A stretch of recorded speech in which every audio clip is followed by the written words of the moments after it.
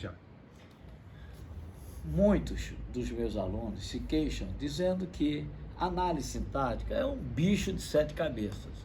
Primeiro, a análise sintática não é bicho. Segundo, nenhum bicho tem 7 cabeças. Mas realmente eu concordo em parte. A análise sintática tem umas complicações. Como resolver um assunto tão complexo como esse? Fazendo a base. Quando você olha um palácio, o palácio parece lindo, mas ninguém viu o trabalho dos operários fazendo a fundação. Então, o que interessa agora, para você começar a analisar essa questão, é saber as bases. Ora, a análise sintática tem 12 conceitos: sujeito, objeto direto, objeto indireto, objeto direto preposicionado, objeto direto pleonástico, objeto direto interno, complemento nominal, adjunta nominal, adjunta adverbial, aposto, vocativo, agente passiva, inúmeros elementos. Compete a nós agora, nesta aula, começar de maneira organizada e pela base mais elementar possível, analisar os elementos. Primeiro, como encontrar o sujeito da oração? Aí algumas pessoas dizem, basta fazer a pergunta que ou quem. Não é bem assim. É a pergunta que ou quem antes do verbo. Se essa mesma pergunta, que ou quem, for feita depois do verbo, já não é mais o sujeito, já é o objeto direto. Por exemplo, o professor elogiou o aluno. Aí você pergunta, quem elogiou? A resposta a esta pergunta é o sujeito. Quem elogiou? O professor. Logo, o professor é o sujeito da oração. O professor elogiou quem? A pergunta quem agora foi feita depois do verbo. A resposta é o objeto direto. O professor elogiou quem? O aluno. O aluno é o objeto direto. Parecia fácil, parece fácil. Então vamos às questões de concurso, onde sempre as coisas se complicam. Imaginemos que você tivesse essa frase: chegaram os soldados. Aí você vai fazer a pergunta, quem chegou? Resposta, os soldados. Você vai imaginar que é o sujeito da oração. Aí você faz novamente a mesma pergunta, colocando quem depois do verbo. Chegou quem? Resposta, os soldados. Aí você diz, então é objeto direto. Estou na dúvida, eu não sei se é sujeito ou se é objeto. Macete. Para macete, gramática descomplicada. Todos os macetes estão aqui. Então, primeiro macete. Se você ficar na dúvida se é sujeito ou é objeto, você coloca a palavra ele no começo da oração. Se for possível, o que vem depois do verbo é o objeto. Se não for possível, o que vem depois do verbo é o sujeito. Por exemplo, na frase que a gente viu, chegaram os soldados. Vamos colocar a palavra eles, porque o verbo está no plural. Eles chegaram os soldados. Não é possível. Logo, os soldados é o sujeito da oração. Arrombaram os cadeados. Vamos botar um eles na frente. Eles arrombaram os cadeados. É possível. Logo, os cadeados é o objeto direto. Bem, o sujeito se divide em 4 tipos de acordo com a gramática da NGB, Nomenclatura Gramatical Brasileira, que é a gramática oficial do país. Não importa que você tenha uma opinião discordante e ela seja brilhante. O que importa é a gramática do concurso. E a gramática do concurso é a gramática da Nomenclatura Gramatical Brasileira, aprovada pelo presidente de então. Então, o sujeito pode ser simples, composto, indeterminado e inexistente. Simples é uma bobagem, não vai cair nunca na prova. É quando o sujeito tem uma só palavra. Por exemplo, o professor elogiou o aluno, só tem um núcleo, que é o professor, sujeito simples. Se tivesse 2, repare que para ter 2, sempre tem uma conjunção e entre eles. O professor e o aluno discutiram. Agora quem discutiu foi o aluno e o professor, sujeito composto. Mas isso quase nunca cai na prova. Vamos aos 2 que caem: indeterminado e inexistente. Inexistente ocorre quando não existe ninguém para fazer aquela ação. Por exemplo, chover, está chovendo, ninguém pode chover, então o sujeito é inexistente. Logo, todos os verbos que representam fenômeno da natureza, como chover, relampejar, trovejar, etc., terão sujeito inexistente. a não ser que o verbo esteja tomado num sentido figurado. Por exemplo, amanheci com a dor de cabeça. Amanheci não é manhã, é acordar. Então, eu acordei com dor de cabeça. Eu amanheci com dor de cabeça. O sujeito é eu. Aí alguns alunos dizem, esse sujeito não é oculto.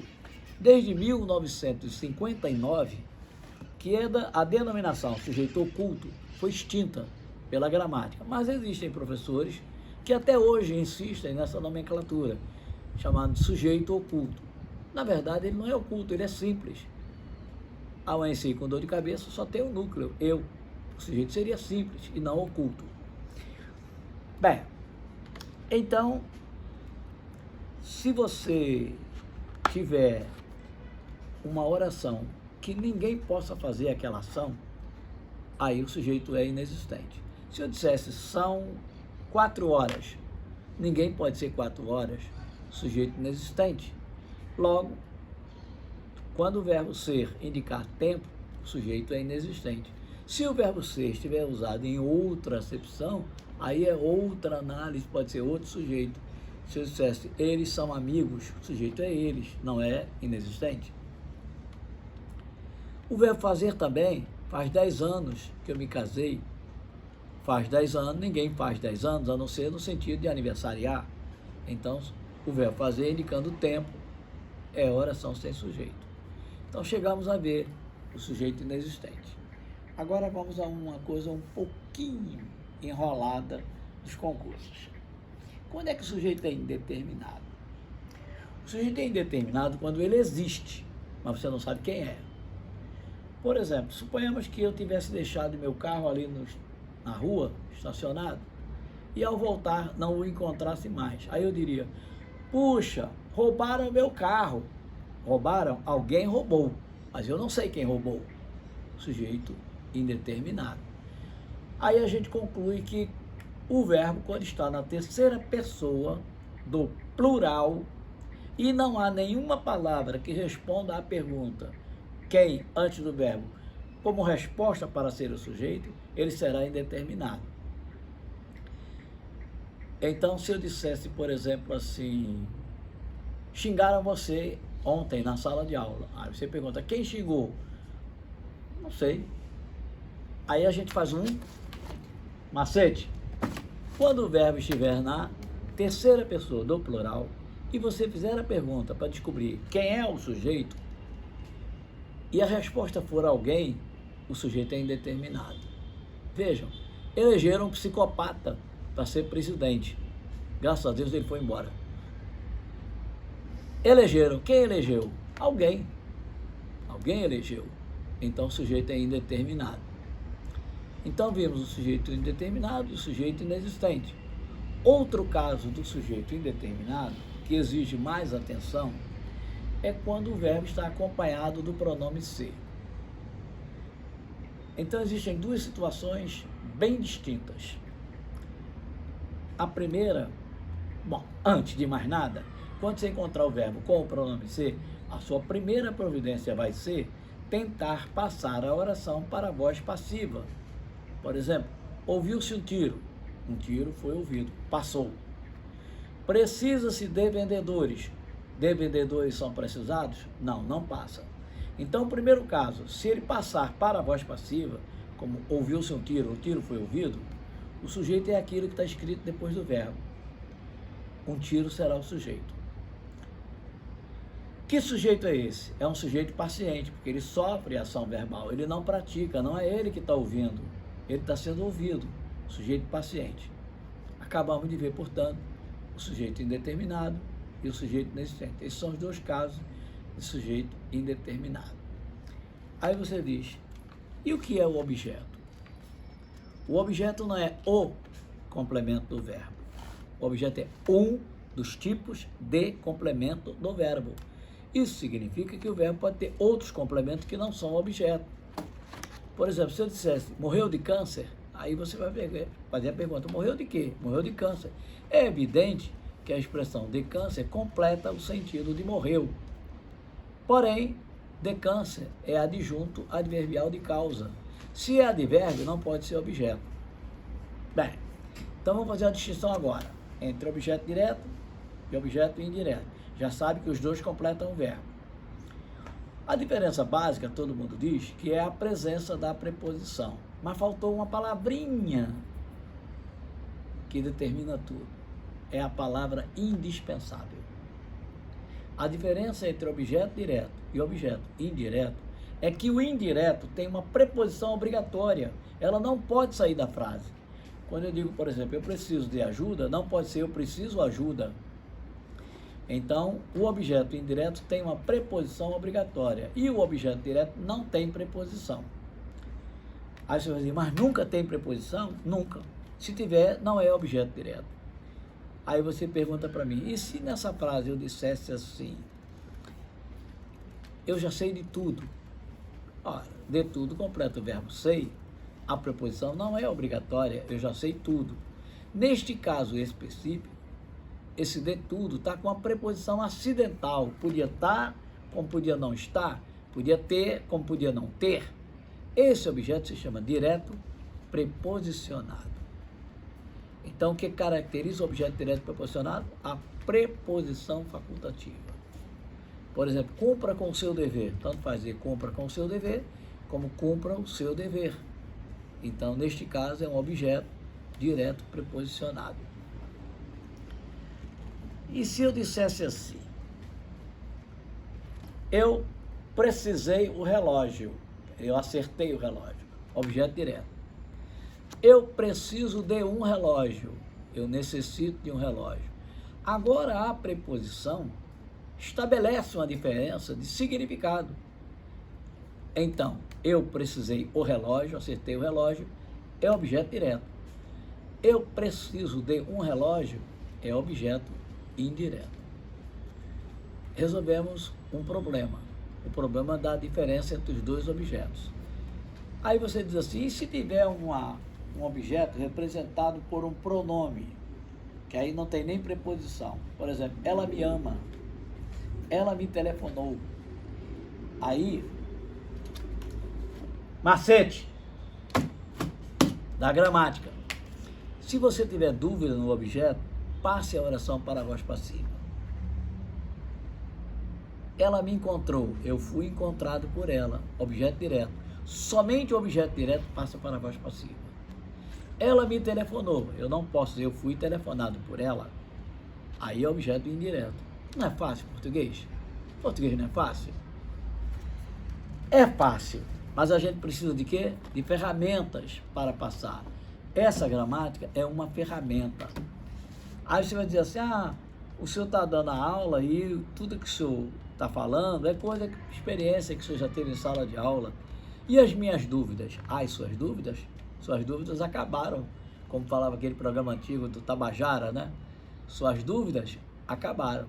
Você manda a sua dúvida para o meu e-mail, profmariotorres@gmail.com. Mande, eu terei o maior prazer em analisar a sua dúvida e, ao mesmo tempo, respondê-la. Respondê-la dando os macetes que tornarão a questão fácil para você. Bem, agora imagine o seguinte, se eu dissesse assim, eu odeio a guerra. Odeio é o verbo, a guerra completa o verbo, objeto direto.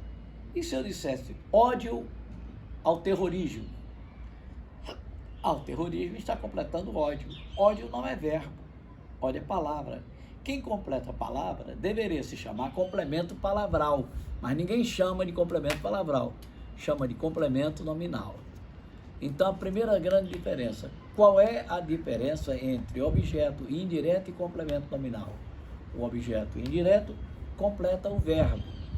O complemento nominal completa uma palavra, no caso, a palavra ódio. Aí você vai dizer assim, e quais são as condições para ser complemento nominal? Qualquer palavra pode ser complemento nominal? Ter complemento nominal? Não. Primeiro, o adjetivo. O adjetivo só pode ter complemento nominal. Então, se eu dissesse, a água é útil ao homem só pode ser complemento nominal que está completando a palavra útil. E se eu dissesse assim, sapato de couro? Sapato é um substantivo concreto. Substantivo concreto nunca pode ter complemento nominal. Então, de couro só pode ser adjunto ad nominal. É a primeira grande diferença. E se eu dissesse medo de morrer? Medo é abstrato. Então, de morrer é complemento nominal. Aí você me pergunta, então toda vez que for substantivo abstrato, será sempre complemento nominal? Não. Nós temos uma distinção. Macete. Na apostila, na gramática, na verdade, né? Na nossa gramática, está lá entre as diferenças entre complemento nominal e adjunto adnominal quando se trata de substantivo abstrato. Quando é substantivo abstrato, você tem que pensar assim. Em português, tudo é oposto. Ou é ou não é. Não existe meio termo. Ou é preto ou é branco. Não existe cinza. Bem, a primeira diferença é a seguinte. Imaginem a frase. O sonho de Maria. É Maria que está sonhando. Maria pratica ação.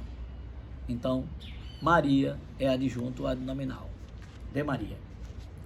E se eu dissesse o sonho da casa própria? Não é a casa própria que está sonhando. Alguém está sonhando com ela. Ela sofre ação. Se sofrer ação, é complemento nominal. Português não é fácil. Viu? Como as coisas se descomplicam facilmente. Bem, agora falta analisar um elemento, que é o adjunto adverbial. Adjunto adverbial é a função específica dos advérbios. Quantos tipos de advérbios você pode encontrar? Na escola pública, nas escolas de um modo geral, você encontra 7. Tempo, modo, lugar, afirmação, intensidade, negação e dúvida. 7. Porém, na verdade, existem muito mais tipos de advérbio do que esses 7 apenas. Existe, por exemplo, o advérbio de causa. A água secou por causa do calor. Por causa do calor é o adjunto adverbial de causa. Todo advérbio ou locução adverbial automaticamente é adjunto adverbial. Não pode ser outra coisa. Foi advérbio, só pode ser adjunto adverbial. Aí você vai dizer assim, mas como é que eu vou saber que a palavra é advérbio? Para ser advérbio, ele tem que acrescentar uma dessas circunstâncias. Tempo, modo, lugar, intensidade, participação, negação, dúvida, causa, companhia, concessão, etc. Vários advérbios. Os tipos de advérbios estão aqui na gramática. Todos eles. Mas a grande complicação é que nos concursos públicos, eles complicam muito a noção de advérbio. Por exemplo, se eu dissesse, eu estou muito irritado, esse muito é advérbio de intensidade. Mas se eu dissesse, eu estou com muito medo, esse muito já não é advérbio. Como não é advérbio? Porque o advérbio só fica ao lado de 3 classes gramaticais. Ao lado do verbo, você fala muito. Ao lado do adjetivo, você é muito inteligente. Ou ao lado do próprio advérbio, ele trabalhava muito devagar. Se essa palavra estiver ao lado de um substantivo, seja ele qual for, ele deixa de ser advérbio e passa a ser pronome indefinido. Então, na frase que eu falei antes, eu estou com muito medo, esse muito está ao lado da palavra medo, que é um substantivo abstrato. Esse muito não é mais advérbio. Esse é o primeiro macete para distinguir o advérbio. Segundo macete, advérbio é uma palavra invariável. Então, ela não pode ir nem para o feminino, nem para o plural. Então, se eu dissesse, tenha muita paciência, esse muita não pode ser advérbio, está no feminino. Comprei muitos livros, não pode ser advérbio, porque está no plural. É um pronome. E o pronome ao lado do substantivo só pode ser adjunto adnominal. Então, nós aqui analisamos algumas funções.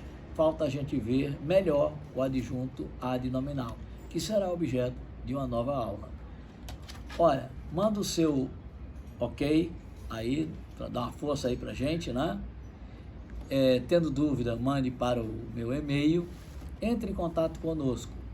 O nosso intuito é ajudar você a trilhar os caminhos da vaga para o concurso público. É você ser aprovado. Eu trabalho nisso há mais de 58 anos. Tenho mais de 2.000 pessoas aprovadas no Brasil ao longo de 58 anos. 2.000 é pouco, eu nem contei. Mas, de qualquer forma, a minha missão é essa. Eu gosto de dar aula, me sinto realizado em dar aula. Agora, gosto muito mais da aula, eu gosto muito mais é da sua aprovação. Isso me deixa realizado. Um abraço e até a próxima aula.